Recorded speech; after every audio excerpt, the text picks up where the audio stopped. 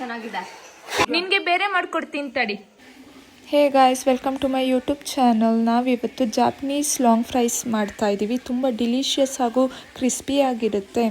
ನಾವು ಫಸ್ಟ್ ಆಲೂಗೆಡ್ಡೆ ತೊಗೋಬೇಕು. ಅದನ್ನು 3 to 5 ಮಿನಿಟ್ಸ್ ಬಾಯ್ಲ್ ಮಾಡಿಕೊಂಡು ಸ್ಮ್ಯಾಶ್ ಮಾಡ್ಕೋಬೇಕು. ನೋಡಿ, ಈ ಥರ ತುಂಬ ಚೆನ್ನಾಗಿ ಬರಬೇಕು. ಅದು ಸಣ್ಣ ಆದಷ್ಟು ತುಂಬ ಕ್ರಿಸ್ಪಿಯಾಗಿ ಚೆನ್ನಾಗಿ ಬರುತ್ತೆ. ಹಾಗೂ ಕಾರ್ನ್ಫ್ಲೋರ್ ಹಾಕೋಬೇಕು. ಅದಕ್ಕೆ ರುಚಿಗೆ ತಕ್ಕಷ್ಟು ಬ್ಲ್ಯಾಕ್ ಪೆಪ್ಪರ್, ಸಾಲ್ಟ್, ಹಾಗೆ ಆರಿಗ್ಯಾನೋ ಹಾಕಿದ್ದೀನಿ. ನಾನು ಆರಿಗ್ಯಾನೋನ ಮನೆಯಲ್ಲೇ ಪ್ರಿಪೇರ್ ಮಾಡಿದ್ದು. ತುಂಬ ಹೆಲ್ದಿಯಾಗಿರುತ್ತೆ, ತುಂಬ ಒಳ್ಳೆಯದು ಕೂಡ.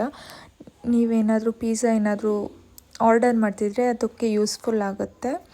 ನೆಕ್ಸ್ಟ್ ಎಲ್ಲನೂ ಕರೆಕ್ಟಾಗಿ ಹದವಾಗಿ ಮಿಕ್ಸ್ ಮಾಡಿಕೊಂಡು ಒಂದು ಉಂಡೆ ರೀತಿಯಲ್ಲಿ ತೆಗೆದಿಟ್ಕೋಬೇಕು. ಹಾಗೆ ಒಂದು ಕವರ್ ತೊಗೊಂಡಿದ್ದೀನಿ. ನೀವು ಬೇಕಾದರೆ ಏನು ಬೇಕಾದರೂ ಯೂಸ್ ಮಾಡ್ಬೋದು. ನಾನು ಕವರ್ ಯೂಸ್ ಮಾಡಿದ್ದೀನಿ, ಸ್ವಲ್ಪ ಚೆನ್ನಾಗಿ ಬರಲಿ ಲಾಂಗ್ ಫ್ರೈಸ್ ಅಂತ.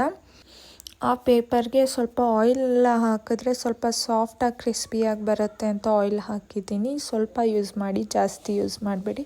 ಹಾಗೆ ಇದು ಮೃದುವಾಗಿ ಬರಬೇಕು ಅಂದರೆ, ಶೇಪ್ ಕರೆಕ್ಟಾಗಿ ಬರಬೇಕು ಅಂದರೆ ಹೀಗೆ ಲಟ್ಟಣಿಗೆಯಲ್ಲಿ ಸ್ವಲ್ಪ ರೋಲ್ ಮಾಡಿ ಚೆನ್ನಾಗಿ ಬರುತ್ತೆ. ಹಾಗೆ ಫ್ರೀಝರಲ್ಲಿ 30 to 40 ಮಿನಿಟ್ಸ್ ಇಡಬೇಕು.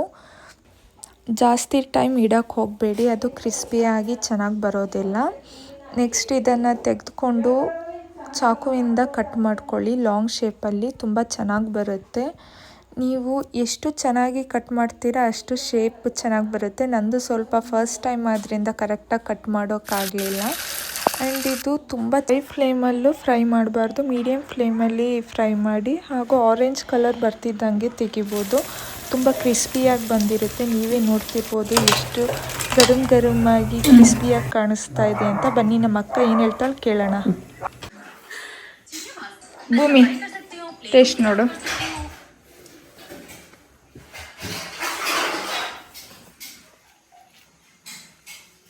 ಹೆಂಗಿದೆ? ಚೆನ್ನಾಗಿದೆ. ಹೆಂಗಿದೆ?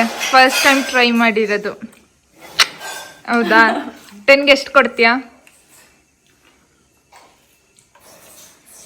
9.5.